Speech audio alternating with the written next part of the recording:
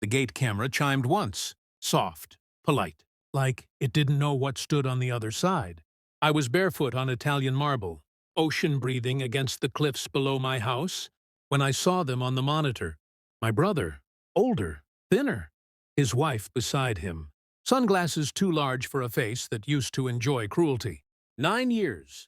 That's how long it had been since his fist connected with my mouth, since blood tasted like iron and family, since he told me to never contact him again because she said I was trash.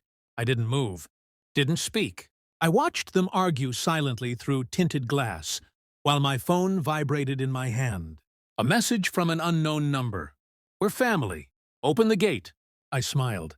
Not because I was happy. Because I finally understood why they were here. 9 years ago, he believed her without hesitation. Her whisper was louder than my voice.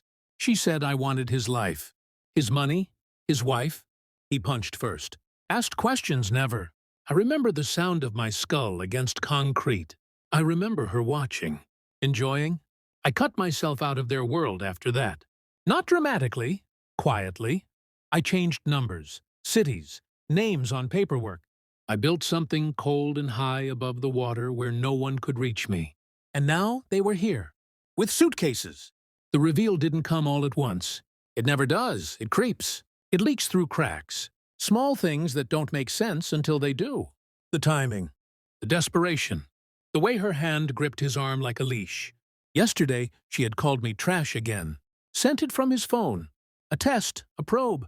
And today they stood at my gate saying, "We're moving in." I felt it settle in my chest. Not anger, recognition. Something had broken in their world. Something expensive. Something hidden. And they needed me without knowing why I was dangerous. I let the camera zoom in. His eyes wouldn't meet the lens. Hers scanned the property line like a predator calculating distance. I remembered the nights I worked until my hands shook. The deals I closed alone.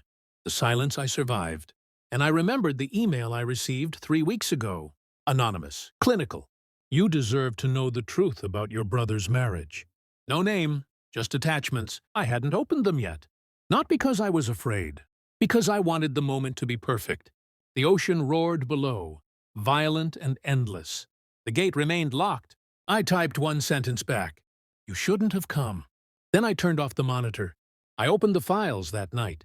Not because of them, because I was done carrying unanswered questions like old scars. The first attachment was financial. Clean. Brutal. Offshore accounts. Transfers routed through shell companies with names designed to disappear. My brother's signature sat at the bottom of documents he had never read. Her handwriting filled the margins. Corrections. Instructions. She had been draining him for years. The second file was worse. Messages, voice notes, hotel receipts. Not one affair. Many. Men younger than him. Men richer than him. Men who didn't know about each other. She called my brother temporary housing in one message. Laughed about how easy it was to keep him angry at me. As long as he hates his brother, he won't look at me. I closed my eyes. 9 years ago, when his fist landed, it wasn't just violence. It was strategy. She isolated him. I was collateral. The final attachment was the one that mattered. A medical report. Paternity test.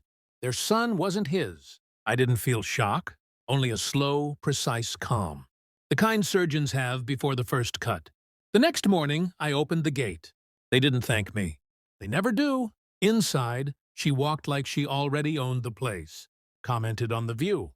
Asked where they'd be staying. My brother stood behind her, smaller than I remembered. A man who had given everything and still felt poor. I poured 3 glasses of water, set one aside.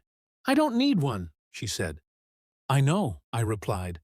I slid the folder across the table. Thick, heavy, final. My brother opened it first, page by page. His breathing changed. Faster, shallow, confused. Then the sound. Small, involuntary. When something inside a person collapses without permission. She reached for the folder. I stopped her with one finger. "Not yours," I said. Cold, flat. He looked at her then. Really looked. For the first time in years. She spoke too fast. Too much. Lies tripping over each other, desperate to escape her mouth before the truth could catch them. I stood. I didn't invite you to stay, I said quietly. You assumed. I pressed a button. The gate behind them opened again. Slow. Mechanical. Final. My brother cried. Asked why I never told him. Why I never came back. I leaned close enough for only him to hear. You chose who to believe, I said. I chose who I became. I handed him a copy of the report. Only his, not hers. Then I walked away. No shouting.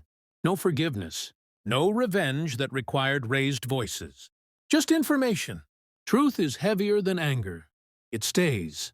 That night, I watched from the balcony as their car disappeared down the cliff road. She was screaming. I couldn't hear it over the ocean. Good. Some doors don't close. They lock.